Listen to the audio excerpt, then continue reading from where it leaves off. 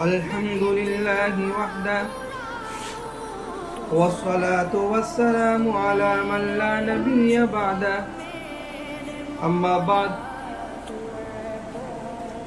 معزز سامعین کرام، اللہ تبارک و تعالیٰ کا کرم اور احسان ہے کہ اللہ تبارک و تعالیٰ نے ہمیں اور آپ کو ایمان کی دولت سے نوازا، اور اللہ سے دعا ہے کہ اللہ تبارک و تعالیٰ ہم سب کو ایمان پر خاتمہ نصیب فرمائے.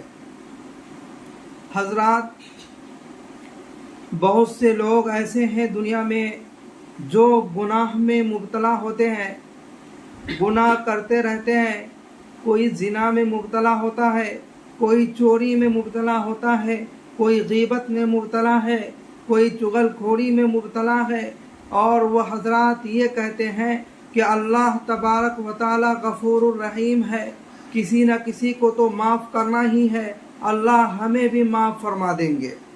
میرے بھائیوں، ایک بات سمجھنے کی ہے، یقیناً اللہ تبارک و تعالیٰ غفور الرحیم ہے، اللہ تبارک و تعالیٰ معاف کرنے والے ہیں، اللہ تبارک و تعالیٰ معاف فرما دیں گے. لیکن معافی کا جو وعدہ ہے وہ وعدہ ہے ایمان والوں کے ساتھ. جس کے پاس ایمان ہوگا اللہ تبارک و تعالیٰ اسی کو معاف فرمائیں گے.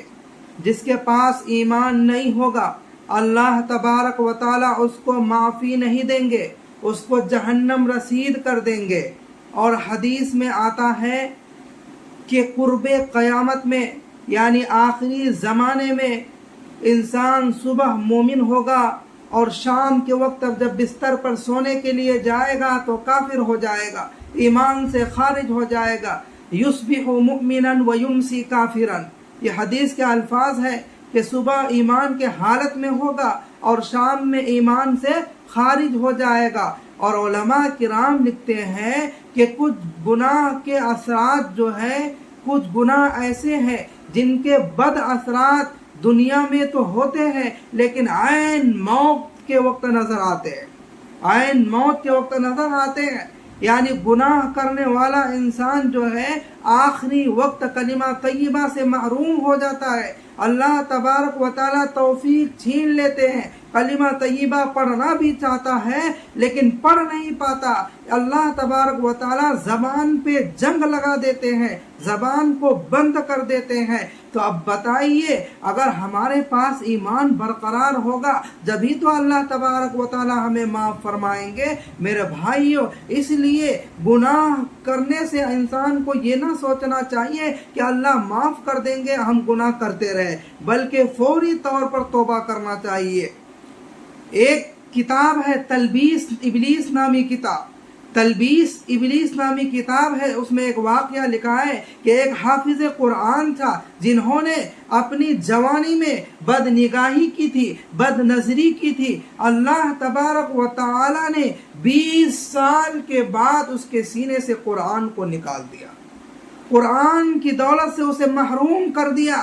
میرے بھائیوں، جب علماء نے اس واقعے کو پڑھا اور غور کیا تو یہ بات نکل کر سامنے آئی، اور لوگوں نے، کہنے والوں نے یہ کہا کہ ایک بد نظری کی وجہ سے اللہ تبارک و تعالیٰ اتنی بڑی دولت سے کیسے محروم کر سکتے ہیں، یعنی اتنی بڑی سزا کیسے نافذ کر سکتے ہیں. تو علماء کرام نے اس کا جواب دیا، اصل میں جو ہے اللہ تبارک و تعالیٰ کی غیرت کا معاملہ ہے. اللہ تبارک و تعالیٰ کی غیرت جاگ جائے تو اس وقت اللہ تبارک و تعالیٰ کیا سزا انسان کو دے دے، کس وقت دے دے، کہنا مشکل ہے. میرا بھائیوں، اللہ تبارک و تعالیٰ کی غیرت کا مسئلہ ہے، اللہ تبارک و تعالیٰ کے غیرت کا مسئلہ ہے.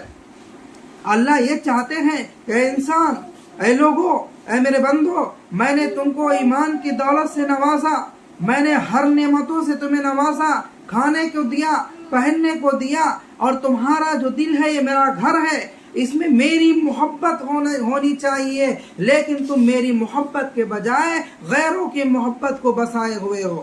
آج اس کے ساتھ، کل اس کے ساتھ، پرسوں اس کے ساتھ غلط تعلقات لوگ بنائے ہوتے ہیں، لیکن انجام پتہ نہیں ہوتا ہے لوگوں کا کہ اللہ کی غیرت جاگ جائے تو کیا پتہ ہمیں ایمان سے محروم کر دے اللہ تبارک و تعالیٰ.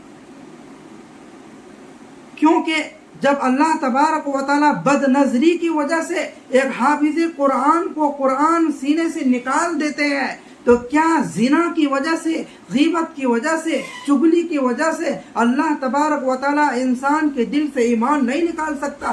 نکال سکتا ہے میرے بھائیوں۔ اللہ کو اگر غیرت آ جائے تو ایمان بھی چھین سکتا ہے اللہ تبارک و تعالیٰ۔ جب ایمان چھن جائے گا تو آخری وقت میں انسان کلمہ طیبہ سے محروم ہو جائے گا۔ اس لیے عزیز ساتھیوں، یہ ایسے گناہ ہیں، زنا، چغل خوری، بدکاری، غیبت وغیرہ، انسان کو فوری طور پر ان سے توبہ کرنا ضروری ہے، ورنہ انسان کا انجام بہت برا ہو جاتا ہے۔ وآخر دعوانا الحمدللہ رب العالمین۔